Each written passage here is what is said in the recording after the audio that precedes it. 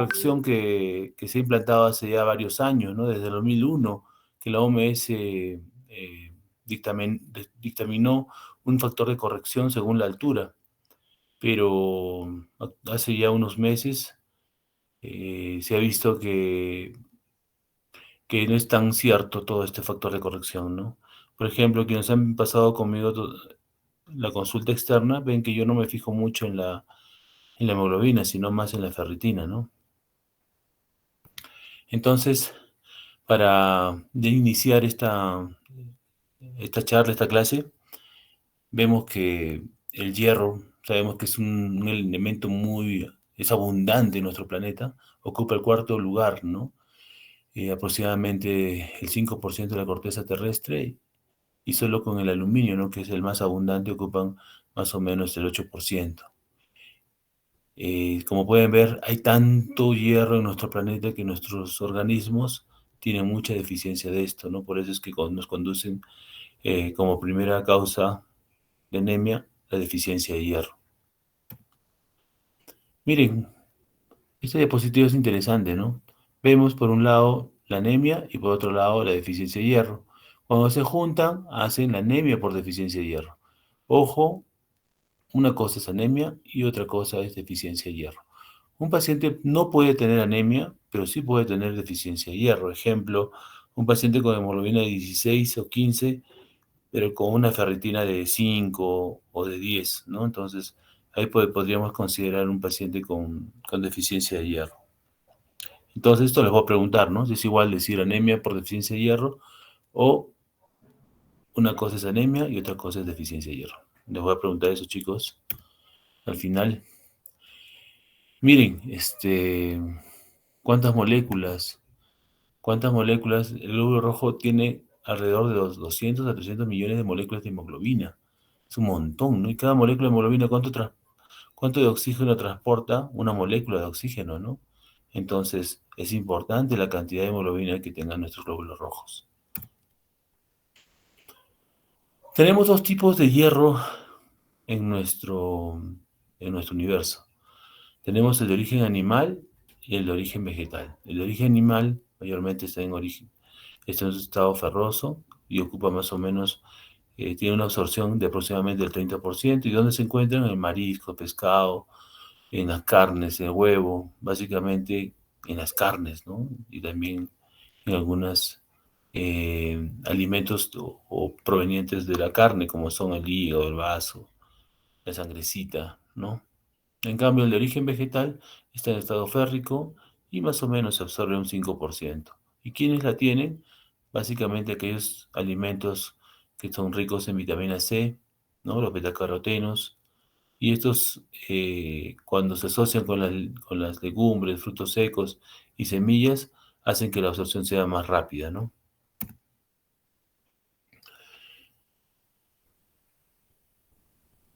Importante el hierro. El hierro no solamente sirve para formar glóbulos rojos, sino también ayuda en la función mitocondrial, no solamente de los glóbulos rojos, sino también de los glóbulos blancos. También puede desarrollar una remodelación tisular, ¿no? Cuando hay una isquemia cardíaca, podría tener cierto grado de remodelación. Cuando hay menor capacidad de ejercicio y también cuando hay menor cantidad de hierro, puede haber menor capacidad de ejercicio y también menor eficiencia en el trabajo. La mortalidad puede ser mayor, al igual que la morbilidad. Importante el hierro, ¿no? Miren, no solamente es para formar glóbulos rojos, sino también sirve como cofactor para la síntesis lipídica. ¿En quién? En la mielinización. ¿Y esto para qué sirve? Para justamente el desarrollo cognitivo y motor de los niños, ¿no? Básicamente, cuando nosotros atacamos la anemia en el periodo de gestación de una mujer, podemos mejorar la mielinización y como tal podemos mejorar el sistema cognitivo y motor de ese niño, ¿no? También, miren, actúa como cofactor para la síntesis de neurotransmisores. ¿Y cuáles son los principales neurotransmisores que ayudan? en la formación, la dopamina y la serotonina. ¿Y para qué sirven estos neurotransmisores? Para el aprendizaje, memoria y conducta. Importante, ¿no? Sirve como cofactor para la síntesis de neurotransmisores. Eso también le voy a preguntar, chicos, ¿de cuáles neurotransmisores? De la dopamina y de la serotonina. Uno en la alimentación puede ingerir aproximadamente 100 miligramos de proteínas, por ejemplo, una porción de carne que pese aproximadamente 100 miligramos puede aportar a nuestra dieta, puede aportar de hierro a nuestro organismo más o menos el 10% o 15%. Eso significa que es entre 10 a 15 miligramos al día, ¿no? Esto pasa por el estómago y ¿dónde se absorbe? A nivel del duodeno. No sabemos, esa pregunta viene cada rato, ¿dónde se absorbe el hierro? En el duodeno, ¿no? Algunos libros dicen incluso en la primera porción del ayuno, ¿no? Pero la mayoría dice solamente en el duodeno. Entonces, la absorción de estos 10 o 15 miligramos que provienen de la dieta, solamente va a ser del 10%. O sea, estamos hablando de 1 miligramo al día o máximo 2 miligramos. Algunos libros dicen hasta 6, 7 miligramos cuando hay alta necesidad, pero la mayoría de libros van a encontrar lo que es 1 o 2 miligramos al día. Al igual que la absorción es 1 miligramo al día, la pérdida también va a ser de 1 miligramo al día. ¿Y cómo se realiza la pérdida? Básicamente en el embarazo, descamación de los epitelios, básicamente ¿de qué? Del enterocito, y también en la menstruación hay pérdida de hierro, ¿no?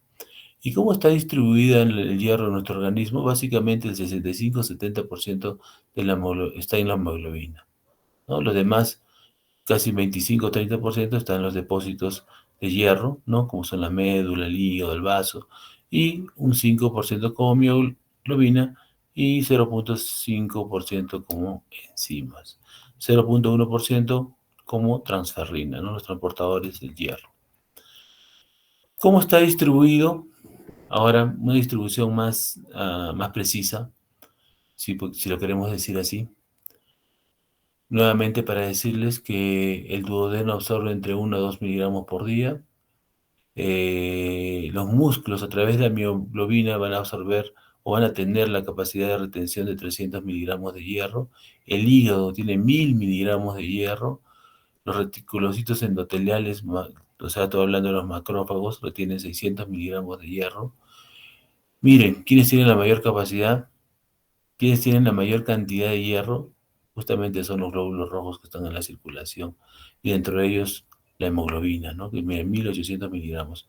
Y todo eso se hace un total aproximado de 2500 a 3500, y algunos libros dicen hasta 4000 miligramos de hierro, ¿no? Entonces, ese es el total de hierro que tenemos en nuestro organismo, ¿no? La mayoría va de 2500 a 3500. Miren el hierro, cómo se absorbe una vez ingerida por vía oral, pasa por el estómago, luego va a pasar por el intestino delgado, básicamente por el duodeno. En el duodeno tenemos células especializadas, son enterocitos especializados en absorber hierro, no son cualquier enterocito los que tiene el duodeno. El duodeno tiene un tipo de enterocito, el yeyuno tiene otro tipo de enterocito, el ilion tiene otro tipo de enterocito, son diferentes. Cada uno tiene una función especial, cada uno tiene receptores especiales. No todos son iguales. El enterocito que está en el duodeno no es igual al enterocito que está en el yeyuno o en el ilion. Tienen diferentes receptores, ¿ya? En el duodeno básicamente tenemos una proteína muy importante que es el transportador divalente de metales. Justamente es el encargado de la absorción del hierro no Hem, ¿no? Estamos hablando del hierro férrico, ¿no? Entonces, eso es importante, porque el hierro Hem tiene otro tipo de absorción, básicamente por los canales de hierro, ¿no? Entonces se dan cuenta, acá como pueden ver, ¿no? Las dos vías de absorción del hierro, ¿no? Hacia el enterocito, y saben que después del enterocito tiene que pasar hacia el torrente sanguíneo. Entonces, importante esto, ¿no? Importante ese mecanismo de absorción del hierro. Una vez que ingresa ambos hierros, los dos van a ser degradados y van a estar en su estado ferroso. Una vez que estén en el estado ferroso, según la necesidad, van a pasar hacia el torrente sanguíneo a través de la ferroportina. Pero ¿quién es el que regula el ingreso de hierro hacia el torrente sanguíneo? Hay una hormona, se le considera como una hormona, que es la hepcidina. La hepcidina es producida por el hígado, ¿no? Entonces, la hepcidina es la que regula si va o no va cierta cantidad hacia el torrente sanguíneo, ¿no? Entonces, pero como acá está en estado ferroso y necesitamos que pase a estado fárrico nuevamente, acá hay una molécula que se llama hepcidina, o disculpen, efaestina. La efaestina va a encargarse de transformar este hierro estado ferroso a estado férrico, y es así como se une a la transferrina, ¿no? Entonces se une a la transferrina para ser transportado hacia los depósitos de hierro, ¿ya? Como son los principales depósitos de hierro, ¿quiénes son? La médula ósea, el vaso y el hígado, ¿no? Acá igual, ¿no? Otro esquema muy bonito también para poder eh, consolidar los conocimientos, ¿no? De cómo es la absorción del hierro. Igual acá, ¿no? Como el hierro tiene diferentes mecanismos para poder llegar hacia la luz vascular. Igual acá enfatiza un poco más la hepcidina, ¿no? Cuando hay alta cantidad de hepcidina, la absorción del hierro hacia la luz circulatoria va a disminuir. Cuando hay menos hepcidina, pasa lo contrario, ¿no? Por eso se dice que es una hormona que regula la absorción del hierro. Igual acá, ¿no? Acá hay un esquema más completo. Acá está el enterocito, acá está el torrente sanguíneo y acá están los macrófagos, que básicamente son los depósitos de hierro. Los macrófagos, ¿a quién reparte el hierro?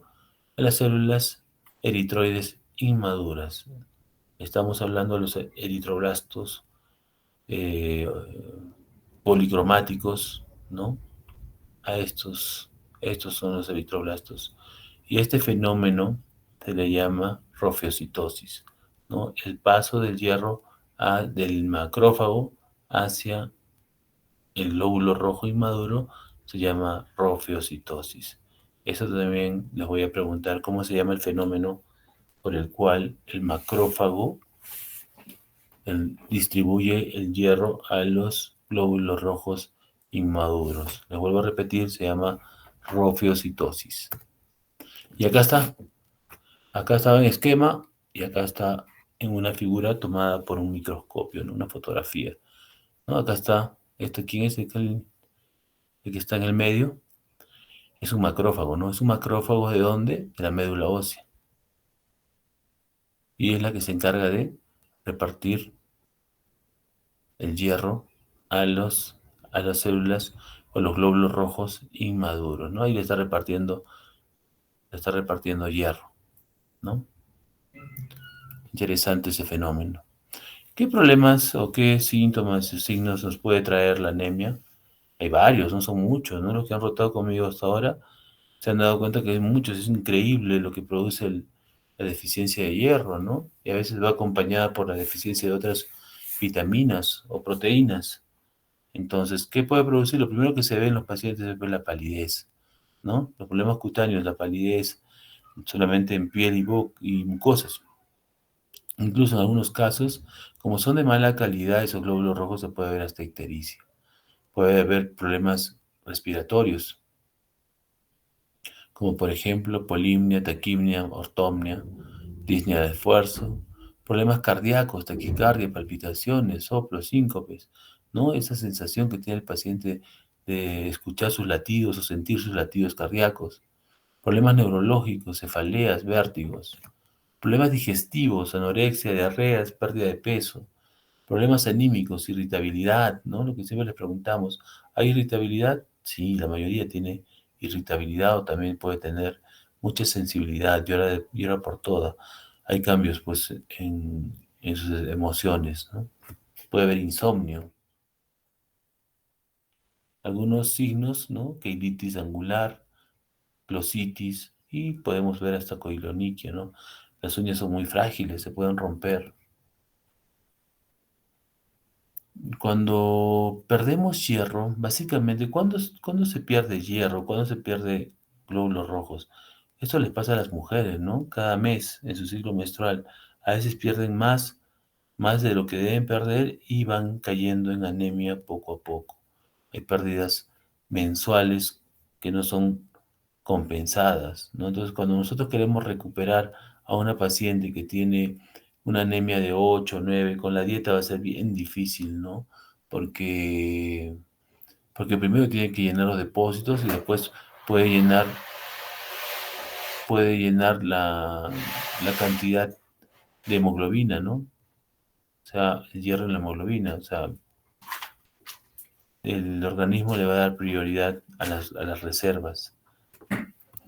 Por eso a veces se dice que un paciente tiene 14 de hemoglobina, le dieron hierro y bajó a 13, o también puede ser de 13 a 12, pero es porque el organismo, a pesar de que está comiendo la paciente muy bien, incluso está con suplemento de hierro, tiende a bajar la hemoglobina, pero es porque no se evalúa bien la ferritina. Hay que aprender ya a evaluar la ferritina y no solamente vivir de la hemoglobina. La hemoglobina nos puede, ¿cómo se llama? Nos puede conducir a cometer errores, ¿no? Entonces, por favor, siempre traten de evaluar, tomar dos parámetros para poder, llegar a una conclusión. Dentro de los exámenes de laboratorio tenemos uno de los principales, como les he estado mencionando, es la ferritina, ¿no? Esta es una diapositiva de hace cuánto, más o menos unos 10 años, ¿no? En esos últimos 5 años ya la ferritina como valor normal está aproximadamente en su parámetro inferior, está en 30 o 40, ¿no? Algunos libros dicen 30 y algunos, la mayoría dice 40 y 50 microgramos por decilitro. Entonces, cuando estás por debajo de esto, estás frente a una ferropenia. Y el estar a una deficiencia de hierro te puede conducir fácilmente a muchos síntomas que ya hemos mencionado. La hemoglobina y el hematocrito, lógicamente que está disminuido, la saturación de oxígeno puede estar disminuida, ¿no? La saturación de transferrina, el hierro sérico también está disminuido. Son parámetros que normalmente en rutina se deben solicitar, pero a veces no se tiene completo y tenemos que tal vez solamente considerar la hemoglobina, ferritina y el PCR, ¿no? ¿Y por qué el PCR? Porque la ferritina es considerada como reactante de fase aguda, entonces si tenemos que el PCR está elevado, entonces suponemos que esa ferritina, si también está elevada, no es confiable. Es importante, miren acá en la partecita, esa partecita de la diapositiva, solicitar una lámina periférica, ¿no? Miren, normalmente un glóbulo rojo, este es un linfocito, esta es una plaqueta y este es un glóbulo rojo. Normalmente los glóbulos rojos deberían tener el diámetro del núcleo del linfocito, pero miren, son más pequeñas. Hay microcitosis y hay hipocromía, ¿no? Entonces, eso es lo que se ve en una anemia por deficiencia de hierro. ¿Y cómo estamos en la anemia por altura? Al igual que la polilobulia, ¿no? Tenemos ese problema, esos problemas extremos que tenemos acá en nuestra región. Tenemos anemia por altura y también tenemos poliglobulia, ¿no? Conforme vamos subiendo a más altura, esto se va agudizando, agravando, ¿no? Sobre todo cuando uno supera los 2.500 metros sobre el nivel del mar. Nosotros estamos a 3.820 o 30, creo, y estamos en una altura, se podría considerar muy alta, en donde algunos genes que deberíamos tener nosotros, que se consideran como protectores, no se han desarrollado. Por eso es que algunos pacientes sufren de polilobulia, y eso lo vamos a hablar en el tema o en la clase de polilobulia.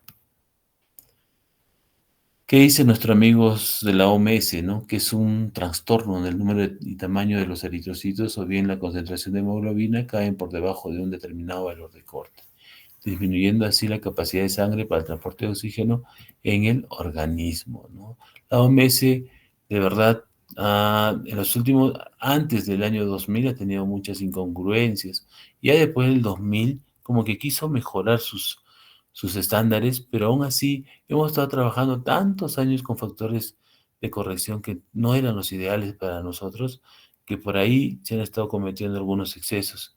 Actualmente ya hay muchos trabajos de investigación donde dicen que no solamente debemos evaluar la hemoglobina, sino también la ferritina, como les vuelvo a repetir.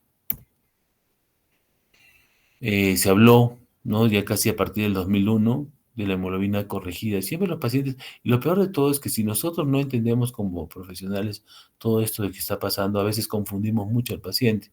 El paciente me dice, doctor, tengo 8 de hemoglobina, pero no sé si ha sido corregida o no.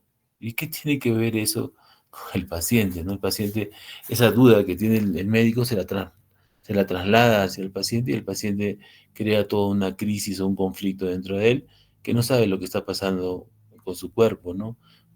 Eso de corregida o no, eso lo hace el médico. Si uno ve un equipo automatizado, no te va a enviar pues la hemoglobina corregida, te va a mandar esa hemoglobina que está ahí. Entonces el médico que interpreta tiene que hacer automáticamente esa corrección, o tenía que hacer esa corrección de 3.1 para una altura de 3.800 metros sobre el nivel del mar.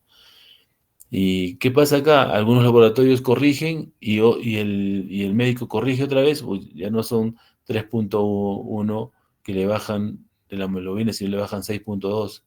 Entonces el paciente pues aparentemente está en una anemia severa, pero cuando le hacen el examen clínico, no, pues es leve hasta moderada podría ser, ¿no?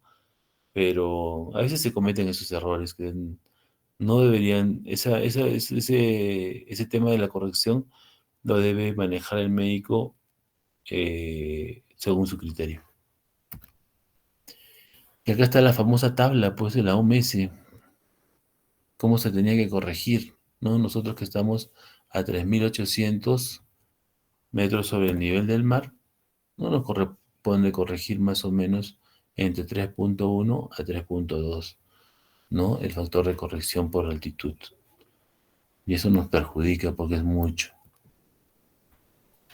Hay un tema que es muy importante, el tema de las damas, el fenómeno que tienen mes a mes, que es la menstruación, pierden mucha sangre. A veces ellas mismas no saben identificar cuando están frente a un sangrado menstrual abundante, ¿no? El hecho de que haya coágulos que superen el diámetro de una moneda de 20 céntimos, ya quiere decir que hay un problema, o es hormonal o es de coagulación. Siempre hay que considerarlo, ¿no? Sin embargo, por falta de tiempo o por desidia, no se considera o no se le da la importancia, ¿no? De ese fenómeno. Las mujeres pierden cada mes una parte importante de su hierro, pero no la saben recuperar, no lo recuperan. Sobre todo a veces los estudiantes no comen comida chatarra y no les importa su alimentación, sino tener el estómago lleno. Sin embargo, ellas fácilmente caen en anemia. ¿Y qué pasa posteriormente? Se embarazan y caen más en anemia y para recuperarlas desde ahí es un poquito difícil. Por eso es que en el tratamiento usamos bastante lo que es el hierro endovenoso.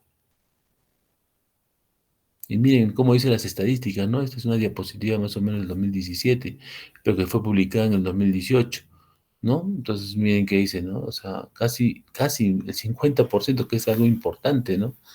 Nunca había tenido una consulta por el médico por un síndrome de menstrual abundante, ¿no? Un sangrado menstrual abundante, de verdad, hoy en día debe ser identificado, si no es por los ginecólogos, por un médico general, ¿no? ¿No? A veces la mujer considera que el sangrado menstrual abundante pues es normal, ¿no? Una vez tuve un paciente que vino con su mamá, un paciente de 16 años, entonces viene con su mamá y yo le digo, ¿tu menstruación cómo está? Es normal, me dice, un momentito, ¿cómo es normal? A ver, cuéntame de tu menstruación. ¿Hay coágulos? Sí, hay coágulos. ¿Qué tamaño? Son grandes. ¿Y cuántos paquetes de toallas higiénicas gastas? 2 aproximadamente. Oye, 2 paquetes para un ciclo menstrual es mucho. ¿Y cómo llenas las toallas? Bien empapadas, incluso mancha su cama en la noche. Pero ¿y tú por qué consideras que eso es normal? Porque mi mamá también tiene el mismo problema. Chispas. Se dan cuenta que esa comparación la hace considerar a la paciente que es normal, ¿no? Entonces, hay que estandarizar eso, ¿no? Y también hay algunos criterios para poder saber si las mujeres están frente a un sangrado menstrual abundante. Otro 62%, miren, de las mujeres no sabía que estaban con sangrado menstrual abundante, ¿no? Y tampoco sabía que era una condición médica tratable. Ah, mira, son pues números muy, muy escandalosos, ¿no? Y luego un 23%, que ya bueno, es algo bajo, de las mujeres se consultaron a los médicos sobre su problema de sangrado menstrual abundante y declararon que no había o no recibieron información de opciones de tratamiento. O sea, ni los médicos en general no tienen tal vez ese concepto básico o conocimiento básico para poder combatir el sangrado menstrual abundante, ¿no? Entonces, todo un caos. Y miren, ¿cuáles de todas las causas o de todas las hemorragias conducen a anemia? Y sobre todo anemia por deficiencia de hierro.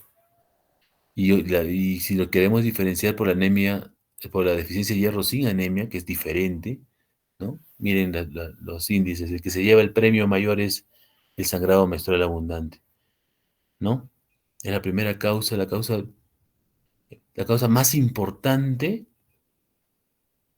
y a combatir para poder cortar este ciclo vicioso de la anemia, ¿no?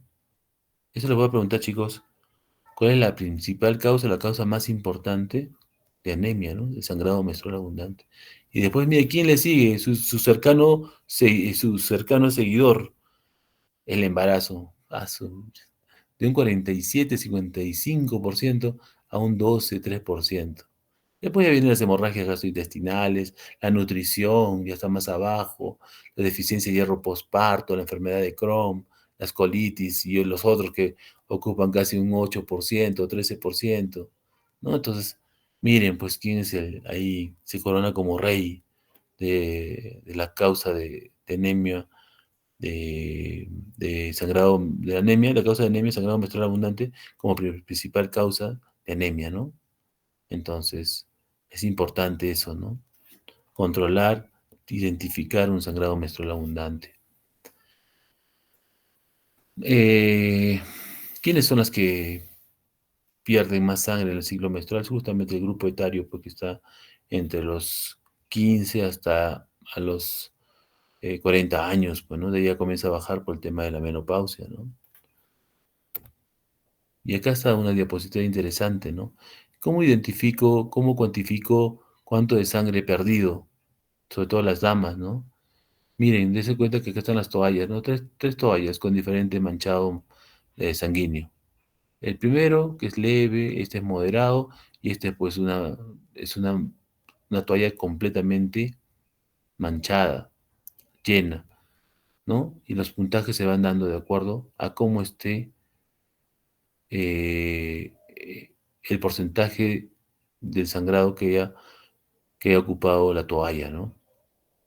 Mayormente las mujeres no usan tampones acá en nuestra región, por eso que deberíamos implementar más con este tema de las toallas higiénicas, ¿no? Cuando está levemente manchado, le damos un punto, le damos, ¿no? Cuando está moderadamente manchado, 5 puntos. Y cuando está completamente manchado, le damos 20 puntos, ¿no? Entonces, ¿cómo hacemos la interpretación? Si tenemos un puntaje de mayor o igual a 100 puntos, esto nos indica que estamos probablemente frente a un sangrado menstrual abundante. Y si hay coágulos, y sobre todo estos son grandes, también le podemos dar un puntaje de 5 puntos. Vamos sumando, ¿no? Esto es por toalla, ¿eh? Ojo, chicos, que es por toalla. Miren, imagínense que haya 4 a 5 toallas que estén durante un ciclo menstrual, que estén completamente llenas. uy, ya estamos frente a un sangrado menstrual abundante, ¿no? Fácil de poder determinar, ¿no? Porque si nosotros queremos traducir esto a números, ¿cuánto es lo que se debe perder en un ciclo menstrual? ¿Cuánto el volumen? Es de 80 ml, ¿no? O cc's. 80 cc más o menos lo que se debe perder por cada ciclo. Cuando supera esto, ya estamos frente a un sangrado menstrual abundante. Y si tenemos coágulos, peor todavía, ¿no? Son coágulos grandes. ¿Cuándo se considera coágulo grande? Cuando supera el diámetro de una moneda de 20 céntimos. ¿Ya? Entonces, ojo a las señoritas, siempre cuantificar, ver, reproducir también a los chicos, reproducir esta información a su familia, pues, ¿no? Porque desde que estoy acá en Juliaca he detectado dos enfermedades o dos von Willebrand, ¿no? Dos enfermedades de von Willebrand, dos, y una que le he enviado y no me trajo la respuesta, que por ahí escuché y me dijeron que también eran von Willebrand. Tres von Willebrand tengo en mi haber, ¿no? Que son trastornos de la coagulación y mayormente les se da a las mujeres que están en edad fértil. Acá para cuantificar, ¿no? Para cuantificar, una diapositiva para cuantificar. Como les dije, el sangrado menstrual es por encima de 80 ml se considera, acá dice la deposita 70, ¿no? Hay diferentes criterios, pero todos están alrededor de eso, ¿no? De 80 ml se considera que estamos por encima de un sangrado menstrual abundante, ¿no? Una toalla diurna de 50 ml, más o menos ¿cuánto de hierro ha perdido? 25 miligramos de hierro. Si se dan cuenta la proporción en ml de sangre, por ejemplo, si una persona tiene 5 litros de sangre, ¿cuánto de hierro tendrá? Entonces tendrá 2.5 igual gramos, ¿no? 2 gramos, 2.5 gramos de hierro. Entonces, acá básicamente lo que se pierde y lo que nos importa es la pérdida de hierro, ¿no? Porque cuando tú pierdes hierro es difícil de recuperarlo, ¿ya? Y miren, 10 toallas nocturnas hacen un valor de 700 ml. Y esto traducido en deficiencia de hierro es 350 miligramos de hierro. Esa es la pérdida. Y a una persona que tiene 2.500 o 2.000 es importante perder 350 miligramos. Esta es una tabla que lo hicimos con una promoción de ustedes hace años y para sintetizar y sea un poquito más amigable la información con las gestantes, ellas sepan cómo van perdiendo mes a mes, van perdiendo cierta cantidad de hierro, ¿no? A veces vienen en el segundo trimestre y dice, doctor, pero yo tenía buena hemoglobina en el primer trimestre, claro, pero nunca te evaluaron la ferritina, ¿no? Para poder, así nosotros evaluamos en la primera consulta a las mujeres que están gestando, podemos, y le pedimos todo, podemos decir, por ejemplo, ¿no? Una mujer que tenga 15 o 16 de hemoglobina y viene con una ferritina de 5, eso ya te predice, te puede decir de que al mes siguiente esa hemoglobina va a bajar a 15, 14 o 13. Tienes una ferritina baja, igual va a bajar la hemoglobina, ¿no? ¿Y cómo combatimos esta bajada de hemoglobina? Pues con alimentos ricos en hierro. Y básicamente, si se dan cuenta, son oscuros. Las lentejas, el brócoli, la espinaca, ¿no? Y las carnes rojas tienen alto contenido de hierro. Pero a veces no es suficiente todo esto y tenemos que apoyarnos con algunos medicamentos como el sulfato ferroso o el hierro polimaltosado o el hierro liposomal, ¿no? Dentro de todos, para mejorar esta condición de anemia. Cuando no se puede por la vía oral, tenemos que utilizar la vía endovenosa, ¿no? Yo desde que he llegado acá a Juliaca he administrado un montón de hierro endovenoso. No ha habido problema, ¿no?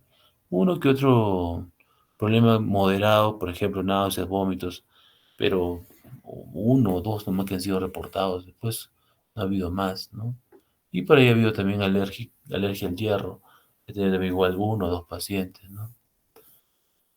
Entonces, hay que combatir la anemia, chicos. Si nosotros queremos tener personas totalmente saludables e inteligentes, tenemos que saber detectar en el momento preciso la deficiencia de hierro. Y a veces la hemoglobina no nos sirve, ¿no? Entonces, por eso es que la mayoría de nuestra población, cuando ya van hacia los colegios, se duermen, son hiperactivos, tienen deficiencia en la atención, porque han tenido un periodo de anemia muy largo, desde la gestación, incluso los primeros años de vida, ¿no? Y las consecuencias, ¿cuáles son las consecuencias? Pues en las madres, por ejemplo, puede haber bajo peso al nacer en el niño, un parto prematuro, riesgo de muerte fetal, ¿no? En el posparto, trastornos del sueño, depresión, posparto, y en los niños podemos tener trastornos neurológicos, ¿no? O enfermedades tardías como el asma, esquizofrenia, alergias, ¿no? Entonces, es importante detectar la anemia y combatirla. Miren esta diapositiva. Ustedes seguramente han llevado ya a pediatría o lo están llevando. Yo he llevado con Nelson, ¿no? El tratado de Nelson. Y miren, pues, ¿qué dice Nelson, no? Nelson dice que hay que dar de 3 a 6 miligramos por kilogramo día. Esto como tratamiento en pacientes con deficiencia de hierro. Porque en profilaxis le puedes dar 2, 1 miligramos por kilogramo día, ¿no? Depende de tu objetivo. Pero miren, dense cuenta que casi la mayoría de libros coincide con la dosis, ¿no? La mayoría. Williams es un tratado ya de medicina interna, ¿no? Entonces te dice 6 miligramos de kilogramo al día. Y acá te dice el manual de pediatría, hematología pediátrica y oncología, te dice 4,5 a 6 miligramos. Y acá viene el horror, ¿no?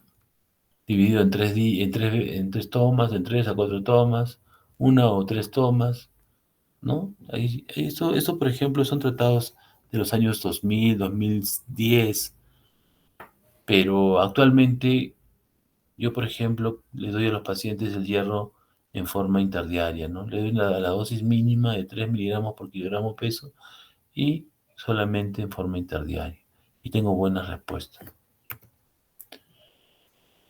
La terapia oral siempre va ajustada a la fisiología, pues sabemos que solamente se absorben 2 miligramos, como les vuelvo a repetir, al día. Entonces, eso también les va a preguntar, chicos, ¿cuánto se absorbe al día?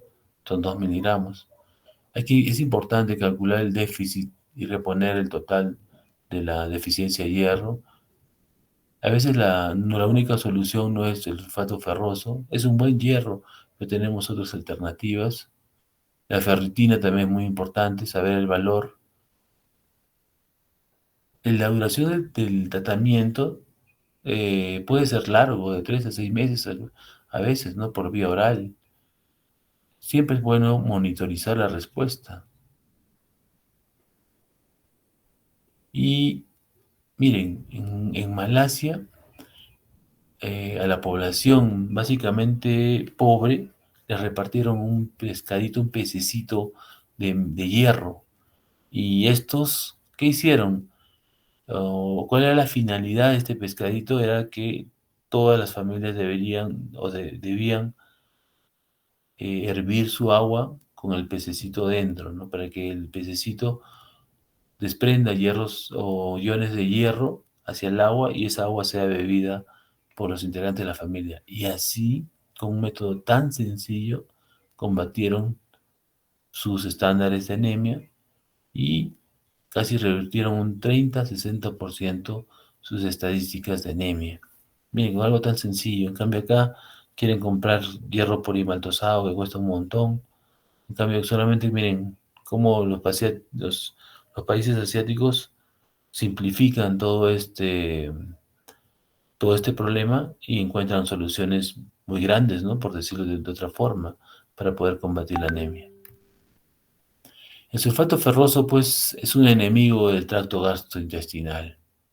Miren, produce náuseas, vómitos, estreñimiento, heces, negruzcas, pigmentación en los dientes, interfiere con la absorción del calcio. Es todo un problema el sulfato ferroso. ¿Cuánto trae el sulfato ferroso? 60 miligramos. Básicamente, la de 300 miligramos, a veces trae 60 miligramos de hierro elemental. Y ese hierro elemental de 60, imagínense, solamente se absorbe 2 miligramos y nosotros le damos 60 miligramos de hierro. Entonces, por eso son porque las heces oscuras, pues, ¿no?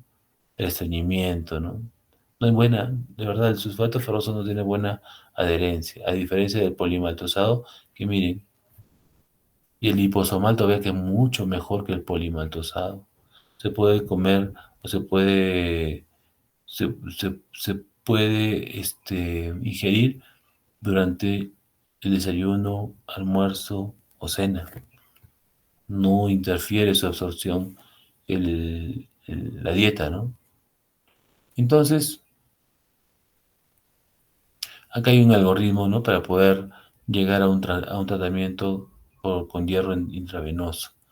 Si la vía oral ha fracasado y tenemos una saturación de transferrina de menos de 20%, ¿no? Si esto también tenemos una ferritina por debajo del 30%, entonces ese paciente ya es candidato a la administración de hierro endovenoso.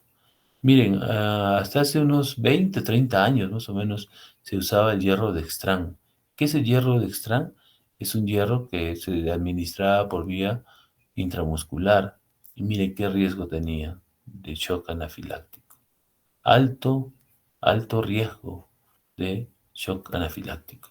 Por eso se retiró del mercado. El gluconato férrico también se retiró del mercado. Y solamente actualmente tenemos estos dos en el mercado como hierros endovenosos seguros. Pero quien se acerca a lo ideal es el carboximaltosa. Pero lo malo del carboximaltosa es que cuesta un montón, pues, ¿no? Y esto ya miren, desde el 2009, ya 2010, está en boga, ¿no? Pero sin embargo, el hierro carboximaltosa no se ha popularizado, por decir de una forma. El que se ha popularizado bastante es el hierro sacarato, lógico, pues este cuesta 15 soles y este cuesta pues 600 soles, por eso, ¿no? Pero la ventaja del carboximaltosa sobre el sacarato es que este va directamente a las reservas de la médula ósea, ¿no? Las reservas de hierro. Es muy bueno el carboximaltosa, ¿no? Pero es muy caro también. Y acá vemos algunas ventajas y desventajas, pues, comparación con otros hierros que son casi matices del carboximaltosa con el hierro sacarato, ¿no? Acá tenemos justamente a los dos contendores que tenemos acá en nuestra región y en el Perú también, el carboximaltosa y el hierro sacarato, ¿no? Ese también lo tenemos, el ferumoxitol también lo tenemos, pero no acá en nuestra región. ¿Y qué más? Básicamente estos tres, ¿no? Entonces, miren, el hierro sacarato. Dosis máxima por aplicación, 200 miligramos. Eso es por día. ¿Y a la semana cuánto? 600 miligramos. No coloquemos más de 600 miligramos a la semana. Podemos producir hemocromatosis, ¿ya? O hemosiderosis en este caso, ¿no? Cuando es por administración de hierro y también por transfusiones, ¿no? Hay que tener mucho, mucho cuidado. El carboximaltosa, 20 miligramos por kilogramo, ¿no? Aproximadamente su dosis máxima, 1000 miligramos. Es muy buena el carboximaltosa. Mira, la infusión, ¿no? La infusión promedio es de 45 minutos en el hierro sacarato y más o menos de 15 a media hora en el carboximaltosa. Este se puede colocar semanal, en cambio este de acá máximo 3 veces al día. Como les dije, la dosis máxima es 600 miligramos. Yo a mis pacientes les pongo 400 miligramos, no quiero irme al extremo, ¿no? ¿Cómo calculamos la infusión de hierro? Hay una fórmula, ¿no? Que se llama fórmula de Ganzoni, ¿no? Y básicamente considera el peso, ¿no? La hemoglobina objetivo menos la hemoglobina actual y un factor se multiplica por un factor que es 2,4 y al final se suma los depósitos de hierro que son 500. Lo que nos da se administra al paciente. Y miren esa escandalosa diferencia entre el hierro o la respuesta del hierro endovenoso con la vía oral. Miren, eso que ven ya casi ni se llega a ver que es en celeste es la respuesta a la vía oral y lo que ven en rojo es la respuesta a la vía endovenosa. Con respecto a la ferritina, ¿no? Que es lo que más nos importa, ¿no? Y esto al final se va a traducir en la formación de glóbulos rojos. Es enorme, ni siquiera es la mitad, es 10 veces más o más, todavía 15 veces más la ventaja sobre el hierro endovenoso con la vía oral, ¿no? ¿Se dan cuenta? Y esto en el tiempo va a ir disminuyendo, pero la ventaja sigue siendo la misma, es muy superior. Hay, hay que identificar las anemias refractarias. Hay algunos, casi un 1 a 5% de toda la población que puede presentar una anemia refractaria. Se le da hierro y no sube la hemoglobina, pero a veces uno confunde esta refractariedad de la anemia porque a veces no evalúa bien la ferritina. Hay que evaluar bien la ferritina, no solamente trabajar con la hemoglobina. Si la ferritina no se ha movido, y la hemoglobina ha disminuido, entonces podemos estar frente a una anemia refractaria. Cuando sabemos que hay una buena respuesta del hierro, se debe valorar, ¿no? ¿Y cuándo valoramos la respuesta del hierro? Estamos hablando de la vía oral, ¿no? Más o menos cuando el hierro o la hemoglobina sube de 1 gramo por decilitro, ¿no? Esto a las 2 semanas. O en el peor de los casos, la hemoglobina aumenta 2 gramos a las 4 semanas, ¿no? Eso se dice que hay una buena respuesta. Y hay que continuar con el tratamiento hasta llegar a los objetivos. ¿Y cuándo consideramos cuando hay mala respuesta?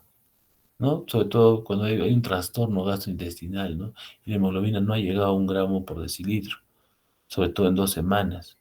Entonces, eso es lo que considera. Pero yo, como les vuelvo a decir, evaluar esto pues no es tan fácil y tampoco es como se muestra en la diapositiva. Es difícil porque cuando uno hace un examen de laboratorio, eh, digamos, yo le tomo la muestra a X persona y la paso por el equipo y me sale 10 de hemoglobina. Yo lo vuelvo a pasar esa misma muestra y me va a salir 9,5 o 10,5. ¿Por qué? Porque hay un margen de error de 0,5 hacia arriba o hacia abajo. Pero a veces nosotros no lo entendemos así. Entonces, si nosotros queremos evaluar así, ser tajantes y poner a la hemoglobina como un marcador predictor de anemia, entonces como que no sirve, ¿no? Mejor es a la ferritina. Y acá, ¿no? La comparación con buena y mala respuesta, a veces también hay que asociar la anemia, no solamente la anemia puede ser por deficiencia de hierro, puede ser por deficiencia de folatos, de vitamina B12, o una insuficiencia renal, o una talasemia, ¿no? Eso también es importante. También es importante la etiología, ¿no? ¿No? Para poder catalogar como una anemia refractaria.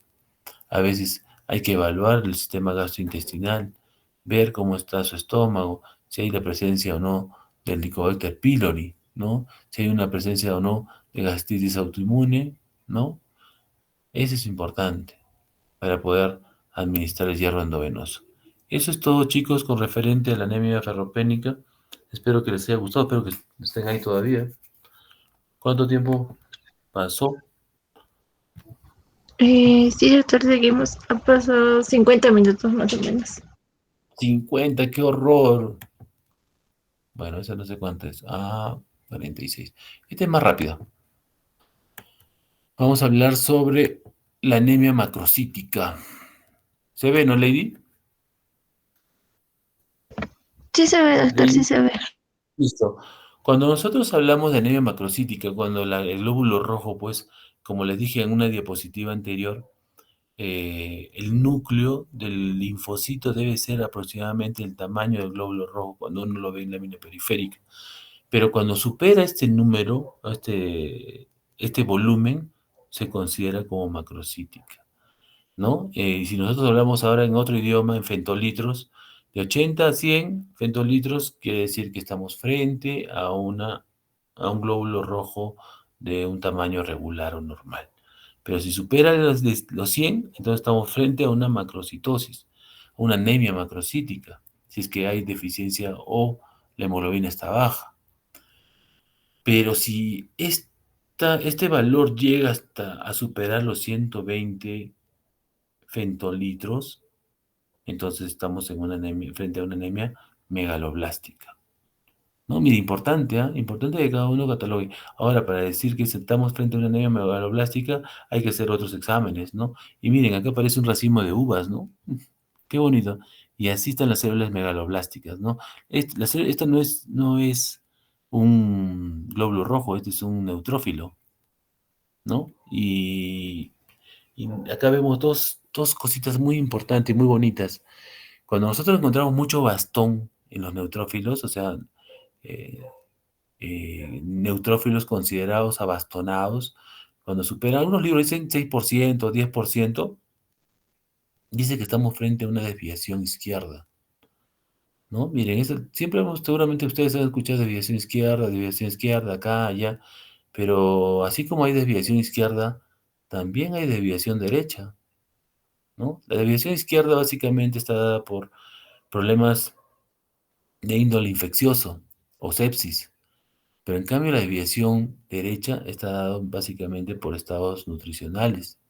Este, por ejemplo, es un neutrófilo que está polisegmentado. Un neutrófilo debe tener como máximo 5 lobulaciones, uno, 2, 3, 4 o 5, hasta acá nada más, normal. Pero como tiene 5, 6, 7, 8, 9, consideramos que es un neutrófilo polisegmentado. Y al ser un polisegmentado encaja dentro de una enfermedad de una anemia megaloblástica. Entonces, interesante eso, ¿no?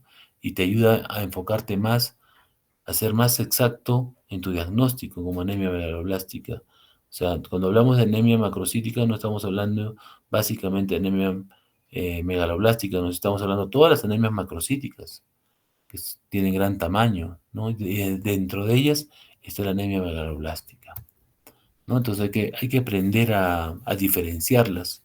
Miren, esta diapositiva es interesante. Mira, acá cuánto mide todo esto, esta diapositiva. Solamente mide 5 centímetros a 6 7 tal vez, ¿no? ¿No? Todo el tracto gastrointestinal, porque esto es un esquema. Pero el intestino, ¿cuánto mide, no? La mayoría de libros creo que dice 6 7 metros, ¿no? Pero lo importante de esto, ¿cuál es? Miren el duodeno. ¿Quién se absorbe principalmente en el duodeno? Es el hierro. ¿A través de quién? Del transportador divalente de metales. Entonces, si nosotros comemos un rico almuerzo que tenga calcio, magnesio, hierro, zinc, cobre, oye, los enterocitos se van a confundir y no van a, o sea, tal vez no van a solamente absorber hierro, van a poder una porción de zinc y de magnesio y de calcio. Y la mayoría de hierro tal vez se pierda, ¿no? Porque sabemos que el duodeno solamente mide 20 centímetros. Y es ahí, en esa zona, que tienen ese transportador divalente de metales. Entonces, los demás, el yeyuno, el ilion, tendrán el transportador divalente de metales, algunas células, no todas. Entonces se vuelve especializado esta parte de nuestro organismo para la absorción de metales, ¿no? Que es oligoelementos, como lo dicen los nutricionistas, ¿no? Que es el duodeno. Miren, en el yeyuno mayormente tenemos los receptores GLUT, los GLUT, ¿no? Entonces, ¿de qué se encargan los receptores GLUT? De absorber glucosa, ¿no? Y hay otros receptores que también nos ayudan a absorber la lactosa, la sucrosa, la fructosa, ¿no? Y también en el yeyuno, casi ya con el límite con el ilium, las proteínas, bueno, lo que le da fuerza a los músculos. Y ya en el ilium, en la zona de ilium es zona de absorción de vitaminas, ¿no? Y también grasas y sales biliares. Pero lo que más nos interesa es la absorción de vitaminas. Y cuando hablamos de grasa, básicamente de la grasa, ¿cuál? La omega 3, ¿no? La omega 3 que está considerada el DHA y el EPA, que son muy, muy importantes para la formación de estas capas celulares que tenemos, las capas bilipídicas que tenemos en nuestro organismo. Y acá justamente llegamos a la zona donde más nos interesa, la absorción de la vitamina B12. ¿Dónde se absorbe la vitamina B12? En la última porción del intestino, que es en el ilion terminal. ¿Quién más está acá? La vitamina K. Y seguramente mis alumnos que han rotado conmigo en el Encinas y hemos hecho algunas prácticas y qué importancia tiene la vitamina K con la coagulación. ¿No? Miren dónde se absorbe. O sea que si nosotros le quitamos toda esta porción a un paciente que tenga tal vez una neoplasia o alguna torsión intestinal, Le quitamos todo esto, mire, todo lo que va a perder ese paciente, ¿no? Va a perder la absorción de la vitamina B12, de la vitamina K, ¿no? Y va a sufrir de esas deficiencias, va a sufrir de trastornos de la coagulación, va a sangrar ese paciente porque tiene una lesión a ese nivel, pues, ¿no? O se le ha quitado esa porción del hilio. Importante este mapa, ¿no? Entonces, como ya les mencioné, cuando se consideran anemias macrocíticas por encima de 100 y cuando se consideran anemias megaloblásticas por encima de 120 fentolitros. Miren, algunos consideran que esta es la segunda causa de anemia en nuestra población, las anemias macrocíticas, sobre todo la megaloblástica, ¿no?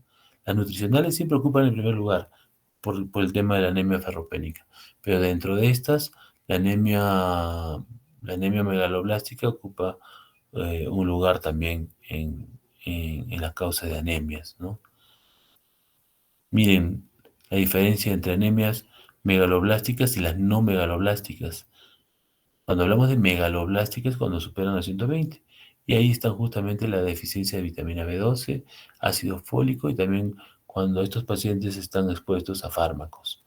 Y cuando se consideran anemias no megaloblásticas, cuando hay alguna hepatopatía, sobre todo a veces por cuando hay consumo de alcohol, el hipotiroidismo, también cuando hay un problema de sangrado agudo y los reticulocitos comienzan a aumentar.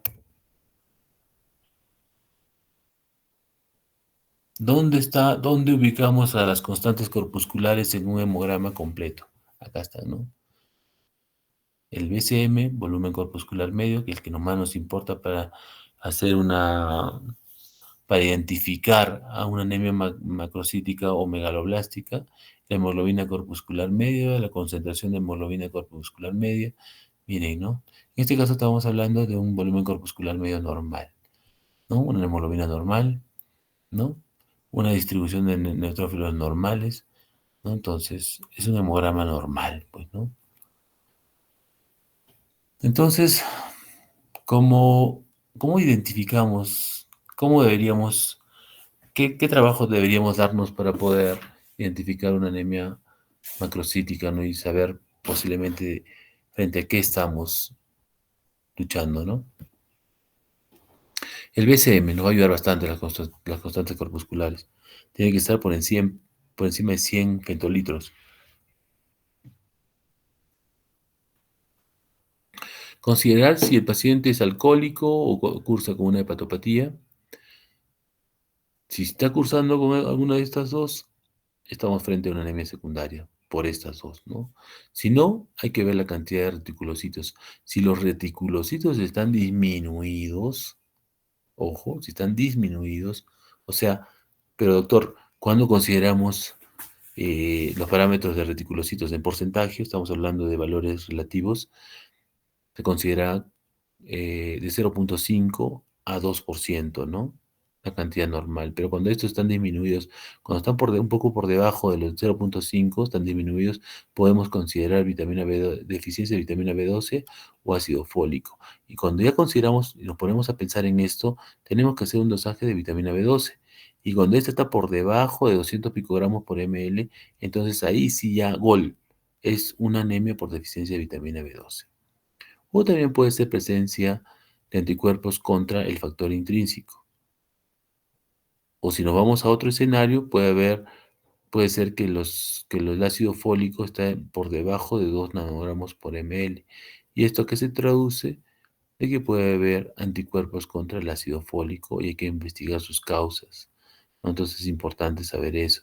Y cuando se asocia la disminución leve de vitamina B12 y ácido fólico, entonces también podemos estar frente a deficiencia de estas dos, ¿no?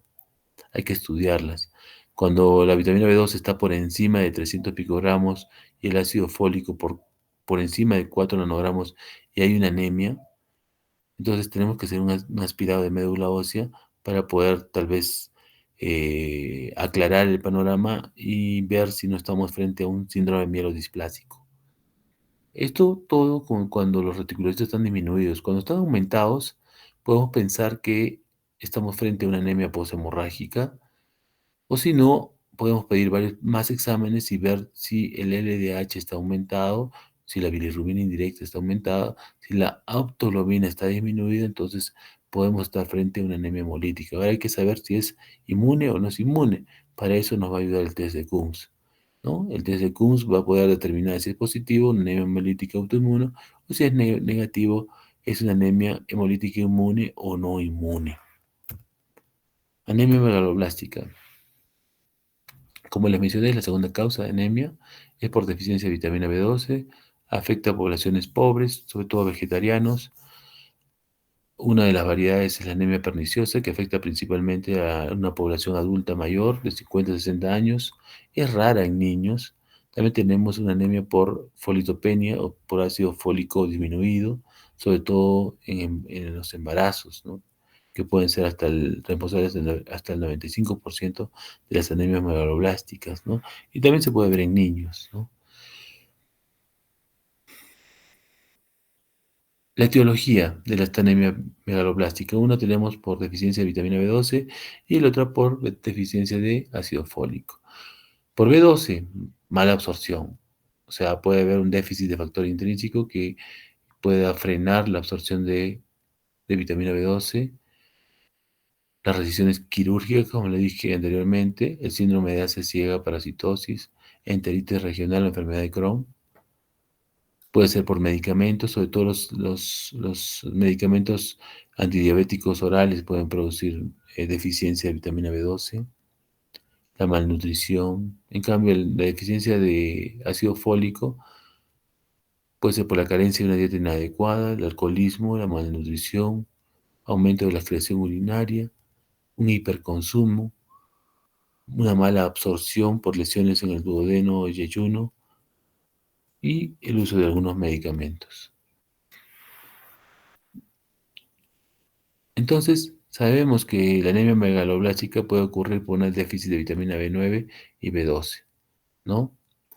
¿Y por qué? Porque ambas participan en la síntesis de ADN, convierten esta molécula que es la homocisteína, que cuando se eleva o hay grandes cantidades de homocisteína, convierte al paciente en protrombótico, tiene que transformar esta homocisteína en metionina, ¿no? Y también se ve que en este tipo de pacientes el ácido metilmalónico se eleva y disminuye la vitamina B12. Hay una multiplicación celular lenta, o sea, hay presencia de megaloblastos. Puede afectar las tres series sanguíneas incluso y puede producir una pancitopenia o puede haber o despertar un criterio para poder sospechar en síndrome mielodisplásico. Y acá está, qué bonito, acá está la absorción. Los alimentos ingresan, pasan hacia el estómago. En el estómago está el factor intrínseco viaja no junto con la vitamina B12, sino van tal vez acompañadas, y ya en determinado momento del intestino delgado se juntan las dos. ¿Para qué? Para llegar hasta un receptor muy importante, así como el transportador divalente de metales es un transportador muy importante para el hierro. El GLUT es un importante transportador de la glucosa, un importante transportador a través del enterocito para la vitamina B12 es la cubilina, ¿ya? De ahí pasa el torrente sanguíneo a través de la transcobalamina, básicamente la que transporta gran cantidad de vitamina B12 es la transcobalamina 2, ¿ya? Causas de una anemia por déficit de vitamina B12: disminución de la ingesta en los vegetarianos estrictos, disminución de la absorción, deficiencia del factor intrínseco. Ojo con esto, la deficiencia de factor intrínseco. No solamente los pacientes con diabetes, gracias a la metformina, a los hipoglicemiantes que pueden producir deficiencia de vitamina B12, sino también algunos antiácidos, ¿no? Como el omeprazol, la ranitidina, al bajar la acidez, hace que las células parietales no produzcan el factor intrínseco y por lo tanto la vitamina B12 no se absorba. Entonces, esto va a conducir a una anemia megaloblástica. Alteración en el niño terminal, porque justamente ahí están los receptores, ahí está la cubilina, bacterias que consumen cobalamina. Tenemos algunas bacterias que dentro de nuestra flora bacteriana que tienen alto consumo de cobalamina. Al consumirlas estas, ya cuando llega al final del hilo ya no lo va a ver y el paciente cae por deficiencia de vitamina B12. Insuficiencia pancreática exocrina y una de las principales variedades, como lo vuelvo a repetir, la anemia o la anemia megaloblástica es la anemia perniciosa, ¿no? Y esto se debe por una gastritis crónica atrófica que puede ser de origen autoinmune contra las células parietales o puede ser contra el factor intrínseco. Algunos síndromes que van acompañados por esta deficiencia de vitamina B12 son las polineuropatías. Sabemos, sabemos que la vitamina B12 es muy, muy importante para la formación o es un coadyuvante para la formación de mielina, ¿no? Entonces, la mielina básicamente es la que forra los glóbulos, o discúlpeme, el sistema nervioso periférico y también el central. Entonces puede haber algunas polineuropatías de generación combinada subaguda, como un síndrome posterolateral, o también puede llegar hasta la demencia cuando hay deficiencia de vitamina B12. ¿Y dónde encontramos la vitamina B12? Básicamente, pues en los alimentos de origen animal y también en el hígado. La ingestión diaria promedio debe ser de 5 microgramos, el requerimiento diario mínimo es de 1 a 3 microgramos y las reservas corporales más o menos van de 3 a 5 miligramos, sobre todo en el hígado, ¿no? El hígado es un órgano muy importante. ¿Cuánto tiempo tiene que transcurrir para encontrar una deficiencia o ausencia de ingestión de vitamina B12? O sea, más o menos de 2 a 10 años. O sea, la vitamina B12 tiene un poder de reserva muy alto, ¿no? Que puede durar varios años. En cambio, a diferencia de los folatos, como el ácido fólico, solamente son de meses, ¿no? Algunos libros dicen hasta 3 meses, acá dice 5, ¿no?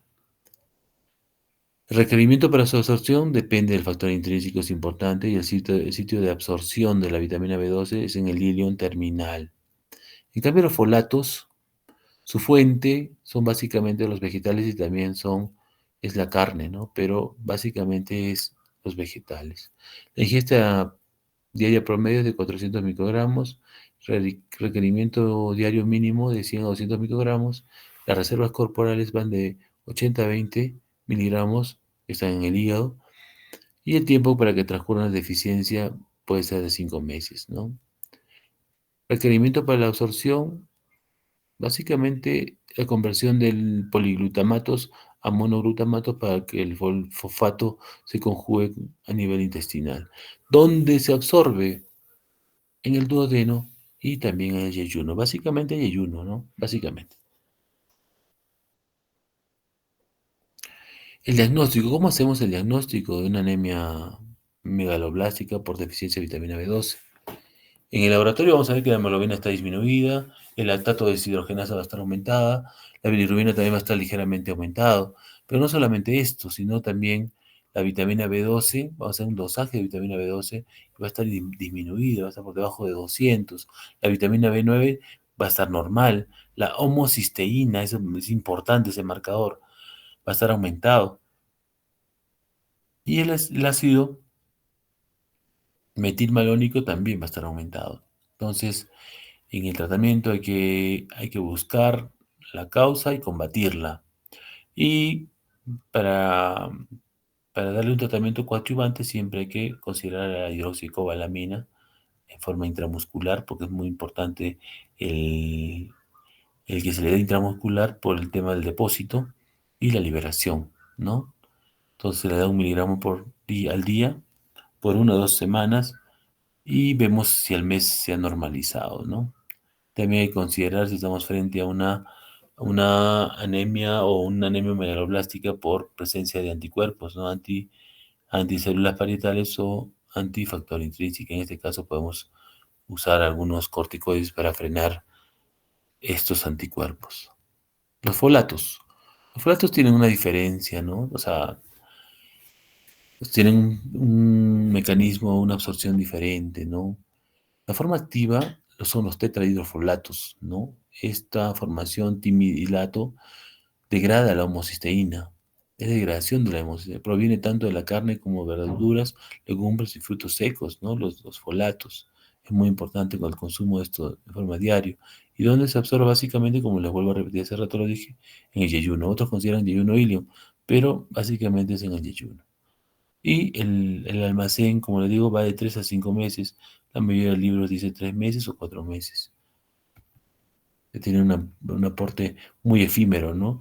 Que si no consumes mucho vegetal, puedes perder la cantidad de folato. Por eso el suplemento con folatos es muy importante, ¿no? Causas de anemia por deficiencia de vitamina B9 o folatos. Puede ser por una desnutrición o alcoholismo, por deficiencia en la absorción, como por ejemplo enteropatías, el uso de fármacos como la aspirina, la fenitoína, el fenobarbital, aumento de necesidades, sobre todo en la infancia, en el embarazo, ¿no? La anemia hemolítica, en los hipertiroidismo, antagonistas, ¿no? De la dehidrofolato reductasa, como por ejemplo el methotrexate, el cotrimoxazol. También puede haber incremento de pérdidas como enteropatías cuando se pierden proteínas y también en las hemodiálisis. ¿Cómo hacemos el diagnóstico? Lógicamente igual, disminuye la hemoglobina, hay aumento de la deshidrogenasa láctica, hay aumento de la bilirrubina, sobre todo a predominio indirecto, y también podemos ver que el dosaje de vitamina B12 está normal o disminuido, en cambio, el dosaje de ácido fólico está disminuido, la vitamina B9 intradipositaria está disminuida y la homocisteína está aumentada. El tratamiento básicamente es la administración de ácido fólico de 1 a 5 miligramos al día por 4 meses. También podemos usar en embarazo en forma profiláctica 1 miligramo. Y importante, si es que a veces para revertir algunos fármacos, eh, el efecto de algunos fármacos como el metotrexate, se puede usar una molécula más avanzada como es el ácido folínico. Manifestaciones clínicas en general, hay palidez, debilidad, mareos, cansancio, y específicos pueden una glositis atrófica, ictericia, alteraciones neurológicas, alteraciones del pigmento de piel, cabello se torna rubio y también puede haber hasta canicie precoz. Eso es todo, chicos. Terminamos. ¿Qué hora es, Lady? Son casi las Eso 11. es, sí, doctor. Vaso, nos fuimos, pero hasta la China. Ya bueno, esta vez no les voy a preguntar nada, ¿ya? Debe estar durmiendo. O a un par de Mm, preguntas. Ya. Miren, voy a llamar al azar. Si me contestan al toque, ya quiere decir que estaban despiertos hasta ahora. Pero si no me contestan, uy, qué rico, voy a comenzar a preguntar de lo que he expuesto, ¿ya? Pues vamos a salir de esto. Quiero dejar de compartir.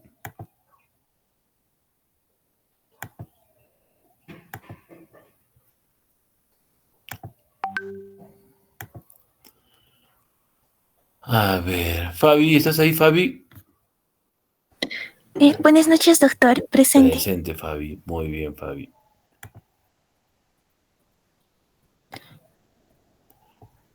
Ebert, Horachi. Presente, doctor. Muy bien. Miriam Quispe, Lipa. Presente, doctor. Buenas noches. Buenas noches. La relación, por favor, Lady, por favor, del inicio y los que están hasta el final. Sí, doctor. Nos hemos mantenido en el mismo número, doctor, del Ya. inicio al final. Yuset, Evelyn. Presente, doctor. Buenas noches. Ah, chévere. Están ahí, entonces, está bien. Cintia, Fiorella, Cutipa. Presente, doctor, buenas noches. Listo, chicos. Entonces, sí, parece que han estado todos. Ya a la siguiente les pregunto. Ahora ya que vayan a descansar. Listo, gracias. Espero que me hayan entendido, de verdad. Han sido dos temas muy importantes, muy frecuentes. Tal vez la hora no ha sido ideal, pero a veces nos queda pues poco tiempo para poder hacerlas. Espero que les haya gustado. Ya, chicos, nos vemos. Lady, por favor, a ver si podemos tal vez durante la semana avanzar uno o dos temas más y bueno, para llegar al sábado ya con otros temas más y terminar rápido porque ya creo que nos queda poco tiempo, ¿sí? A ver si me buscas Ya, algún doctor. día a la semana para poder al menos agarrar un tema, ¿sí? Ya, doctor, yo le aviso. Listo, hasta luego, buenas noches, chicos. Gracias, doctor. Hasta luego. Hasta luego. Buenas noches, doctor. Buenas noches, Buenas chicos. noches, doctor. Buenas Buenas noches. noches.